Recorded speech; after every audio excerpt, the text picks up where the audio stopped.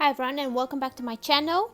This is the third video in Learn to Knit, and at some point I'll probably forget what number episode I'm on, but for now I know this is the third one. And I've knitted here a sample so you can see the stitches that we've done. We've done the garter stitch, which is knit every row, and in the previous video we've done the knit one, purl one, knit one, purl one. So you see the knit stitches will have this V going up, going like that up, and the purl stitches in between have a little wrap, so they look like little ladders, I think they're called. So just like little purl bumps. So I've done garter stitch, I've done the 1 by 1 rib, so knit one, purl one, then I've just broke it with a little bit more garter stitch, and then I've done here a knit 2, purl 2. So on the cuff of jumpers or hats or socks, you will have maybe knit 1, purl 1, knit 1, purl 1. Sometimes you will have knit 2, purl 2, knit 2, purl 2.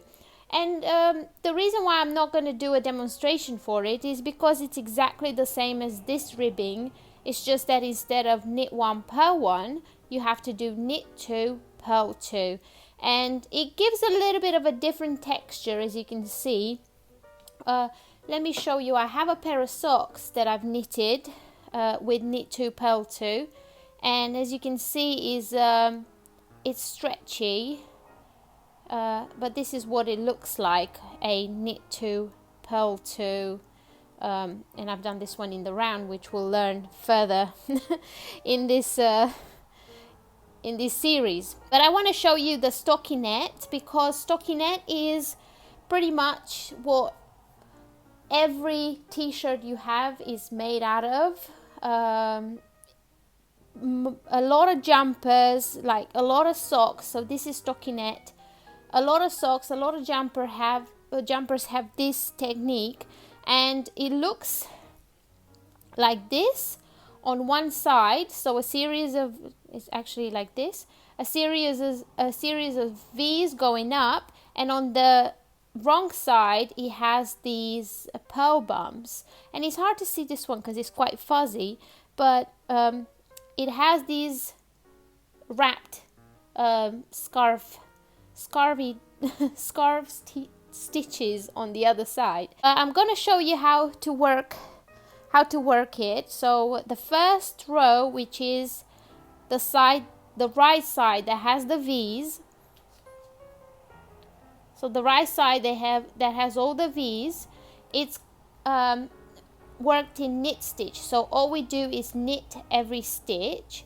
So go through the front of your stitch and knit and take it off. So we knit every stitch.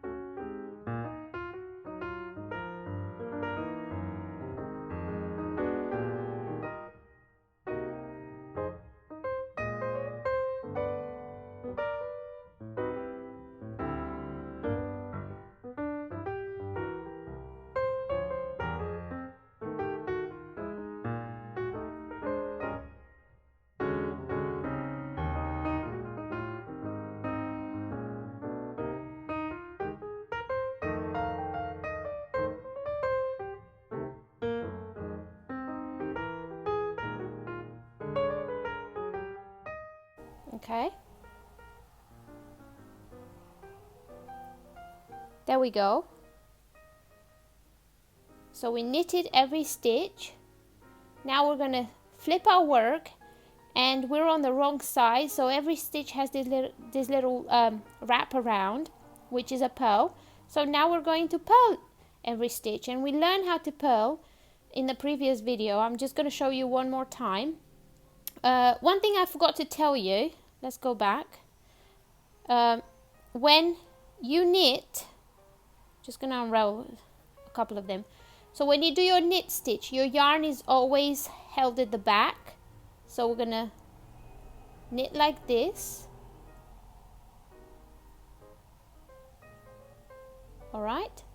And when you flip your work and you do a purl stitch, your yarn has to come to the front. So we hold our yarn like this to the front. And we're going to go in the first stitch from right to left. Wrap our yarn around and pull it through. That's a purl stitch. So yarn at the front, we're going in from right to left. Wrap your yarn around and pull through. In, wrap your yarn around and pull through.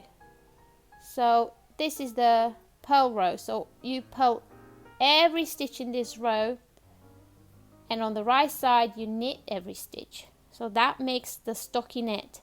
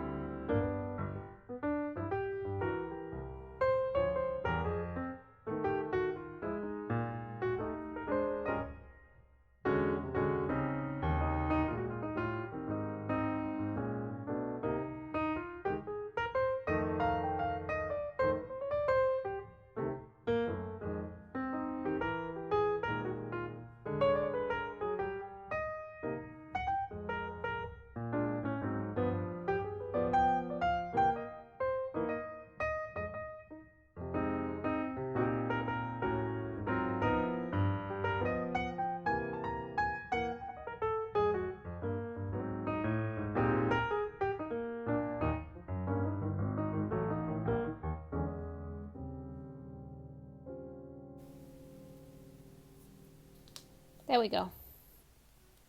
So as you can see here, we have a stockinette, and stockinette is usually creates a bigger gauge. So if you're swatching, if you're making a gauge swatch for a sweater, then you want to do it in stockinette, because as you can see here, the ribbing, it kind of makes the fabric elastic.